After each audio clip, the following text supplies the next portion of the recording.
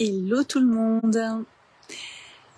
Ce soir, dans l'écho de soi, je suis venue vous parler du silence ou comment retrouver le calme, la paix intérieure.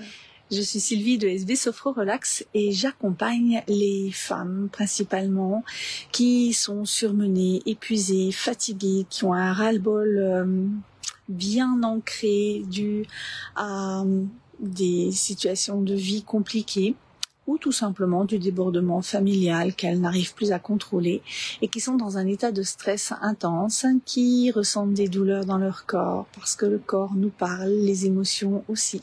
Et je les accompagne à retrouver un équilibre, une harmonie et réussir à retrouver surtout un autre souffle pour leur vie dans leur quotidien. Alors si je suis venue vous parler du silence aujourd'hui, eh bien, c'est parce que ce matin, j'ai choisi, je ne sais pas si vous avez des routines pour bien démarrer la journée ou bien démarrer la semaine. Moi, j'en ai de temps en temps, c'est aller me promener en nature, dans la forêt. Bonsoir pour celles qui me rejoignent et merci d'être là.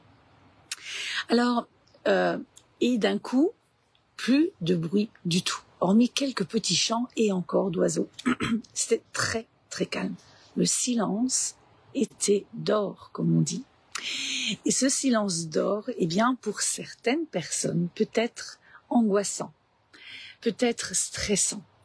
Parce que justement, dans notre monde aujourd'hui, nous sommes constamment stimulés par le bruit extérieur, par la musique, par la télé, comme si nous cherchions toujours à être occupés, à faire, à être stimulés tout le temps. Le silence peut faire peur, en effet, à certaines personnes. Alors, c'est comment faire justement pour réussir à retrouver un petit peu de calme, par exemple, grâce au silence. Pour celles qui ont du mal de rester vraiment quelques minutes, j'ai rencontré des personnes qui avaient énormément de mal dès le matin, elles allument la télé ou elles allument la radio. Elles supportent pas quelques secondes ou quelques minutes de silence parce que ça les angoisse. Alors comment faire pour commencer à s'habituer au silence? Parce que le silence, eh bien, il a ses bénéfices.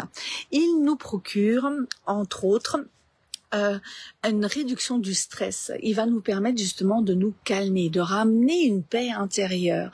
Parce que lorsque nous sommes constamment stimulés, surstimulés même, eh bien notre système nerveux est constamment sollicité à chercher. Est-ce que je suis en insécurité? Est-ce que je suis en sécurité? Est-ce que je suis en insécurité? Est-ce que je suis en sécurité? Et du coup, nous épuisons, nous augmentons le fonctionnement de nos hormones du stress pour très peu de choses en fait, alors que le ramener au silence va permettre justement de ramener du calme, de baisser l'anxiété, tout simplement en venant s'ancrer ou respirer. Il va permettre aussi une meilleure concentration, car dans le silence, eh bien, on peut se mettre dans notre bulle et justement pouvoir travailler, pouvoir se concentrer, pouvoir créer. On va pouvoir se reconnecter même à son intuition. Et ça, eh bien, c'est important pour justement lâcher notre mental qui nous raconte toujours de belles histoires ou des histoires à nous faire peur. Tout dépend de comme nous nous sommes réveillés, je dirais, presque le matin.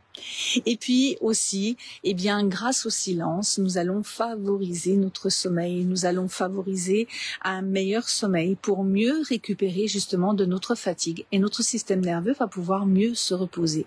Puisque même lorsque nous dormons, notre système nerveux autonome est toujours aux aguets grâce au sens de l'ouïe. Le seul sens qui ne se repose jamais, les yeux, les paupières se ferment, la bouche se ferme, l'odeur éventuellement qui peut aussi fonctionner, mais il n'est pas relié de la même manière au niveau de notre cerveau. Donc il ne va pas activer de la même manière aussi notre système nerveux autonome. En revanche, les oreilles, oui. Un moindre bruit, eh bien hop, tout de suite on va ouvrir les yeux ou on va sursauter à l'intérieur de son lit. Donc le silence est vraiment propice pour un sommeil récupérateur.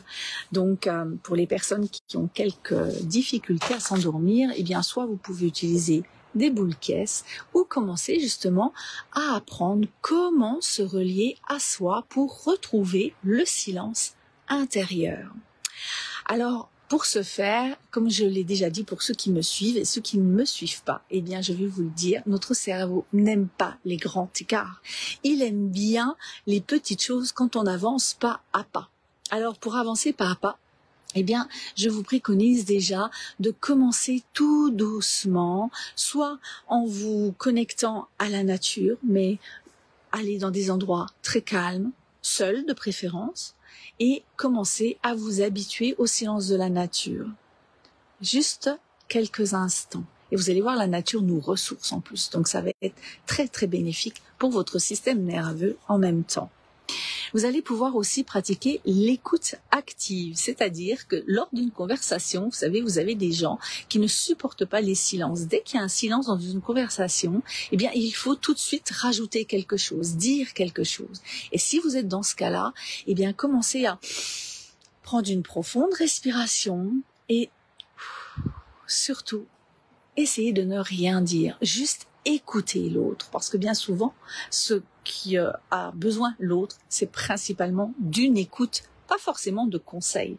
Donc, si vous êtes dans ce cas-là, commencez à vous habituer à ne pas forcément dire quelque chose. Donc, tout simplement, restez dans le calme. Et puis, bien sûr, il y a aussi la méditation.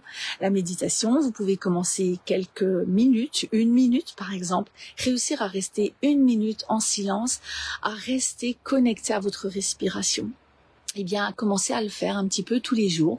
Et au fur et à mesure, vous allez commencer à vous habituer un petit peu plus au silence, bien sûr en coupant télé, tout ce qui peut apporter du bruit à l'intérieur de la maison. Donc même les méditations guidées, parce que ça amène du bruit, si vous pouvez de temps en temps baisser le son ou même couper le son, et puis vous laisser porter juste par le silence pour commencer à vous y habituer. Et puis tout ça, ça me rappelle aussi dans les clientes que j'accompagne, certaines au travail ressentent du stress parce que pour des postes de responsabilité, elles ont du mal de retrouver quelquefois le silence pour mieux se concentrer parce qu'elles sont constamment sollicitées par des collègues qui demandent systématiquement « Ah tiens, au fait j'ai pensé à ça. Ah tiens, tu pourrais me donner un coup de main pour ça. Ah tiens ». Stop. Là aussi, si vous avez besoin de vous concentrer sur une tâche bien particulière, eh bien, commencez aussi à poser vos limites dans le cadre du travail. C'est-à-dire, non, stop. Là, j'ai besoin de me concentrer. Donc, si tu as des questions à me poser, on verra ça dans un quart d'heure, une demi-heure. Et vous voyez ça avec vos collaborateurs. Vous commencez à mettre aussi vos limites parce que cela est important aussi pour votre bien-être et pour le bien-être aussi de vos collaborateurs. Donc voilà ce soir ce que j'avais envie de vous dire sur le silence. Et si toutefois, eh bien, vous avez envie d'aller un petit peu plus loin, eh bien, au passage, j'organise une webconférence autour justement du stress qui aura lieu le lundi 7 août et il me reste encore de la place. Donc, je vous mettrai le lien en bas de la vidéo dans les commentaires pour ceux qui ont envie de me rejoindre.